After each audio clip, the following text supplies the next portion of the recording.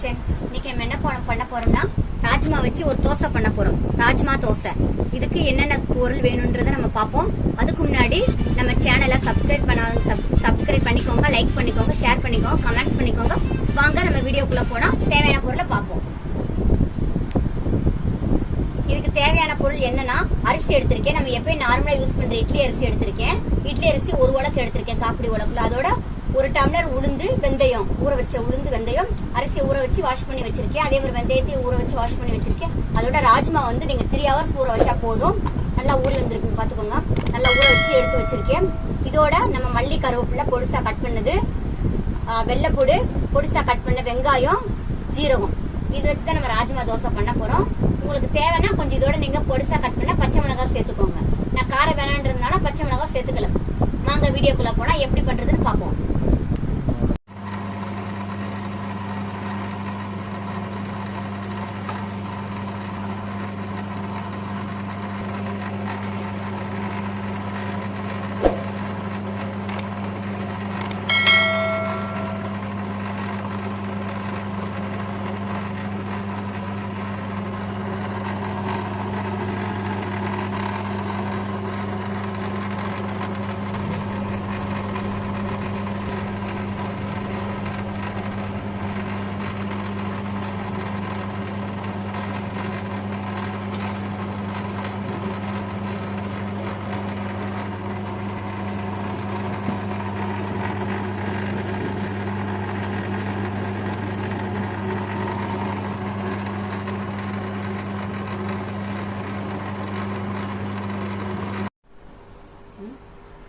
பாருங்க, நம்ம ஊற வச்ச உளுந்து, அரிசி, வெந்தயம், இதோட ராஜ்மா இதெல்லாம் போட்டு நல்லா அரைச்சாச்சு.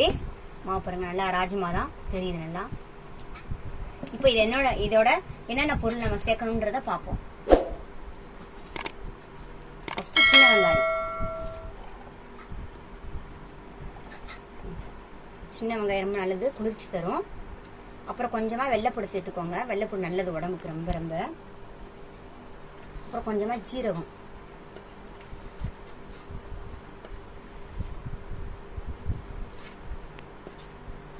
கொஞ்சம் மல்லி பொடிசா கட் பண்ண மல்லி கருவேப்பிலை சேர்த்துக்கலாம்.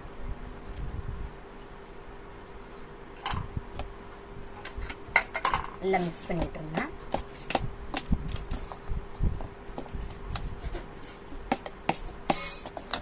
இப்போ இதோட கொஞ்சமா நம்ம திருவுன கேரட் கொஞ்சமா தூவும். ஏன்னா கொஞ்சம் டேஸ்ட்டுக்கு குழந்தைங்களுக்கு இது கொடுத்தா குழந்தைங்களை விருப்பப்பட்டு நல்லா சாப்பிடுவாங்க. இந்த வெஜிடபிள்ஸை சாப்பிடாத குழந்தைங்களுக்கு கொடுத்தா அவங்க நல்லா விருப்பப்பட்டு சாப்பிடுவாங்க.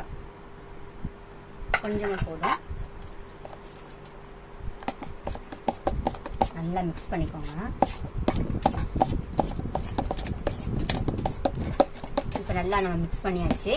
பாருங்க, மாவு நல்லா கட்டியா நல்லா வந்திருக்கு. இதை வச்சு எப்படி நம்ம தோசை வைக்கிறதுன்னு பார்ப்போம். அடுப்பத்தை வச்சு நம்ம தோசைக்கல்லை வச்சிடணும். தோசைக்கல் கொஞ்சம் 2 நிமிஷம் காயட்டும். தோசைக்கல் நல்லா காய்ஞ்சிருச்சு. இப்போ நம்ம எல்லாம் மிக்ஸ் பண்ணி வச்சிருக்கோம். தோசையை ஊற்றுவோம். உப்பு ஆல்ரெடி நான் போட்டுட்டேன், சேர்த்துட்டேன் ஃபர்ஸ்டேன்னு. அதனால உப்பு போட வேண்டியதில்லை. உங்களுக்கு தேவைன்னா உப்பு பார்த்துட்டு நீங்க போட்டுக்கோங்க.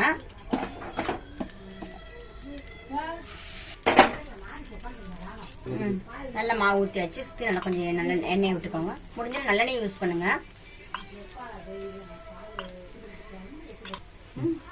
கொஞ்சமா கேரட் வந்து தூவிக்கோங்க. பீட்ரூட்டை கேரட்டை கொஞ்சம் தூவிக்கோங்க. 2 பீட்ரூட் கொஞ்சம் தூவிக்கோங்க.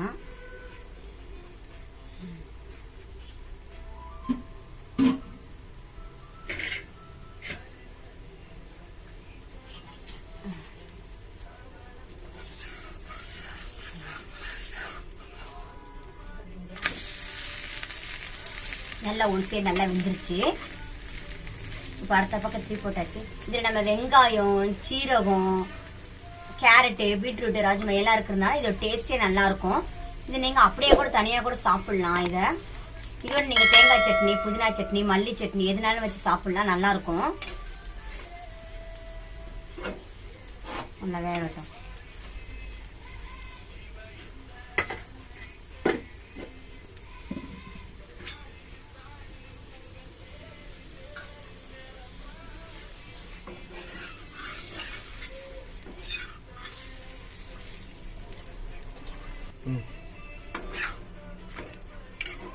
சுட்டு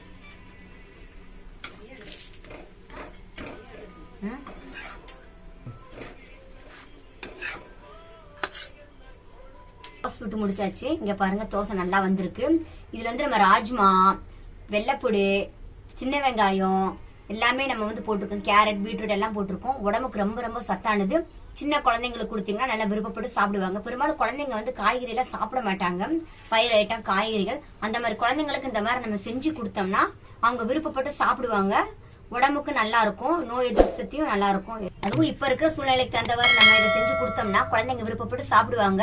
அவங்களுக்கு உடம்புக்கு நல்லா இருக்கும். உடம்புக்கு எந்த ஒரு நல்ல ஆரோக்கியமா இருக்கும்.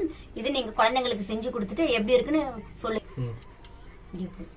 இந்த வீடியோ உங்களுக்கு பிடிச்சிருந்துச்சுன்னா இந்த டிஷ் செஞ்சு பார்த்துட்டு உங்க கமெண்ட்ஸை எங்க வீடியோ கீழே கொடுங்க. தேங்க்யூ.